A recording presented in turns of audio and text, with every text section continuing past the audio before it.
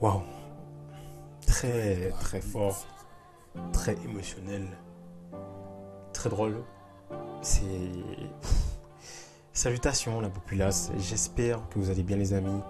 On va parler encore une fois, oui, de Peacemaker saison 2 et cette fois-ci de l'épisode 7 parce que on est encore une fois sur vraiment un épisode qui prend le temps, qui est vraiment fun et qui fait vraiment avancer un peu plus la série sur le côté vraiment émotionnel et un épisode qui est très profond.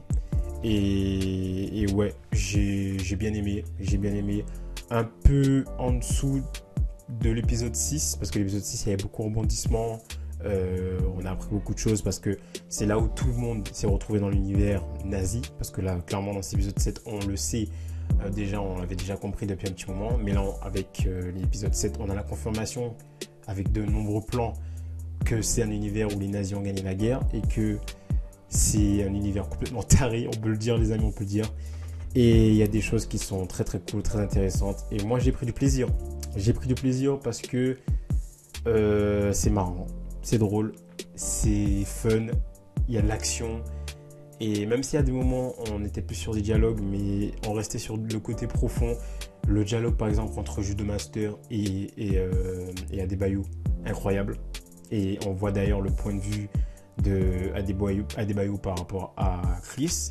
Et Judomaster d'ailleurs comprend le point de vue de Chris grâce à ce que Adebayo dit. Donc c'est très très intéressant. Moi les dialogues sont très très cool. Les moments entre le père, le frère, surtout la fin, le final. Vraiment moi c'est... Ah ça m'énerve, ça m'énerve parce que l'épisode encore une fois il est trop court. J'ai regardé le temps, je me suis dit attends c'est déjà fini. L'épisode il dure 32 minutes. C'est pas possible. C'est pas possible. James Gunn, pourquoi l'épisode il dure 32 minutes? Alors ok, il y a du rythme, c'est intéressant, on s'ennuie pas.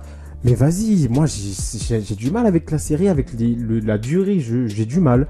Vraiment, je prends du plaisir et j'ai du mal à voir une série, un épisode de 30 minutes.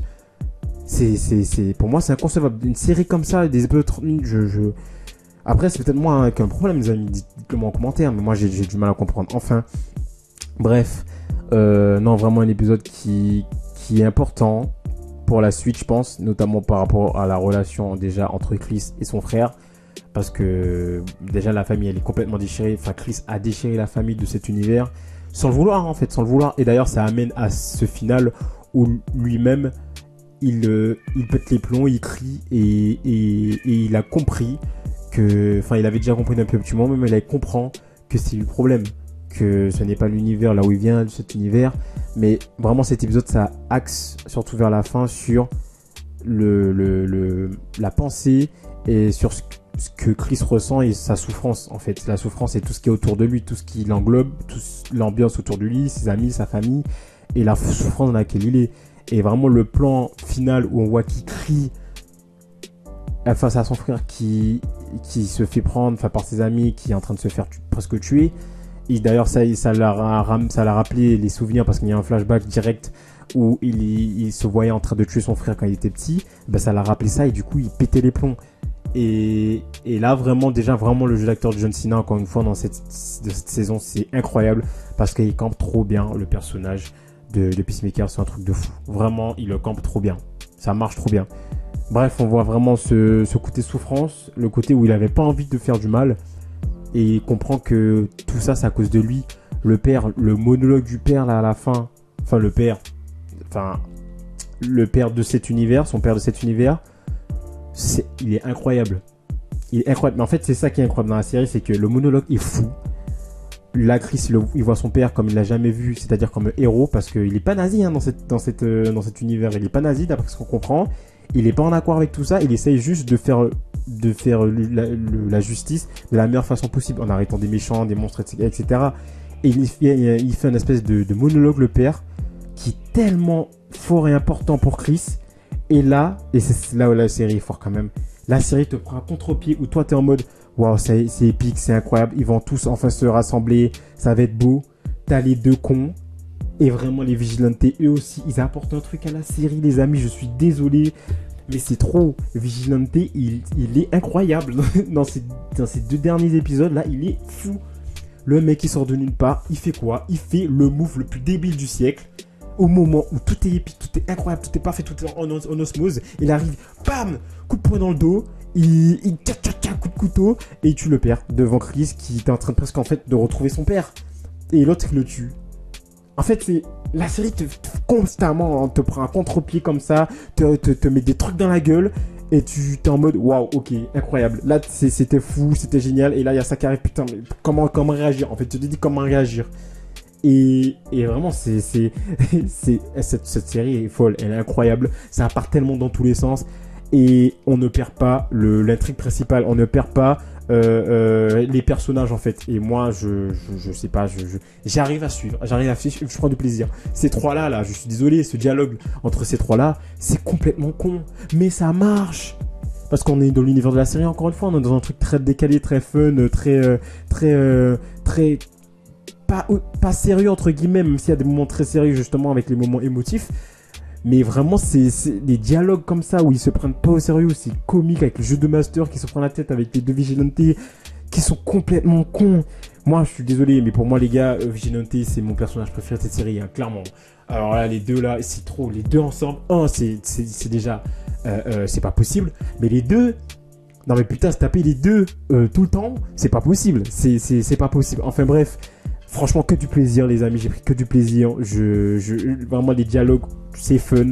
À des moments un peu plus posés où tu as des dialogues avec Judo Master, Adebayo, le dialogue avec le père, le frère et tous ensemble. Et du coup, Chris, qui amène ce côté plus familial, plus comprendre l'autre et tout.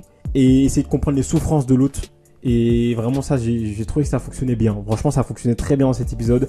Comme je l'ai dit, c'est un épisode qui était moins bien par rapport à l'épisode 6 où il y avait beaucoup de rebondissements et de révélations. Et là, en fait, c'est une continuité. Et ouais, franchement, j'ai pris que du plaisir.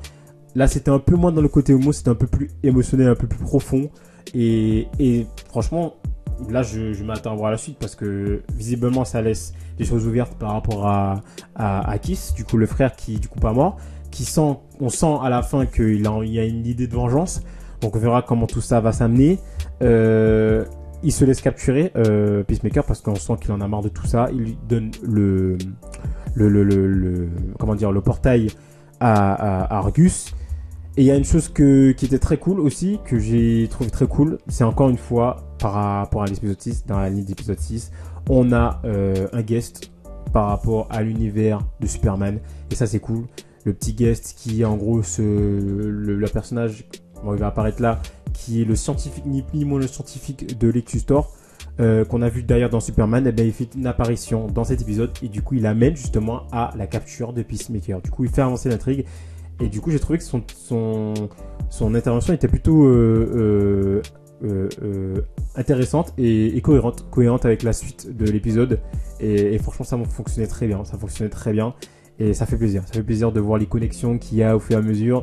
Dans l'épisode 8, à mon avis, on va avoir encore plus de choses intéressantes pour la suite là. Je sais qu'il y a des trucs qui vont arriver par rapport à Man of Tomorrow, etc. James Gunn a parlé de ça. Comme quoi il y aura des connexions par rapport à l'épisode 8, les derniers épisodes de Peacemaker. Ça va être trop cool. Enfin bref les amis, de toute façon, on va rester là et on va rester connectés. N'hésitez pas à vous abonner et à liker cette petite vidéo. N'hésitez pas à donner de la force, ça fait toujours plaisir. On se retrouve du coup pour une nouvelle vidéo. Et d'ici là, passez un bon samedi. Ciao tout le monde.